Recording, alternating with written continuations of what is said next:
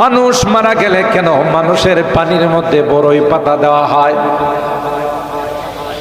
কারণ আল্লাহর হাবিব যখন মেরাজে গিয়েছিলেন তখন শেষ স্টেশন যেখানে ছিল সেটার নাম ছিল সিদরাতুল মুনতাহা।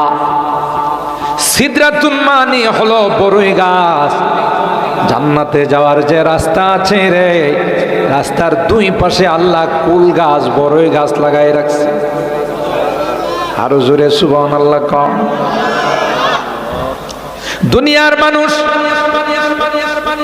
তার পানির মধ্যে বড়ই পাতা দিয়া ওই পানিটা গরম করে, পানিটা দিয়ে গোসল করায়। আর আল্লাহরে কয়, আল্লাহ জান্নাতি গাছের পাতা দিয়া পানিটা গরম করছি।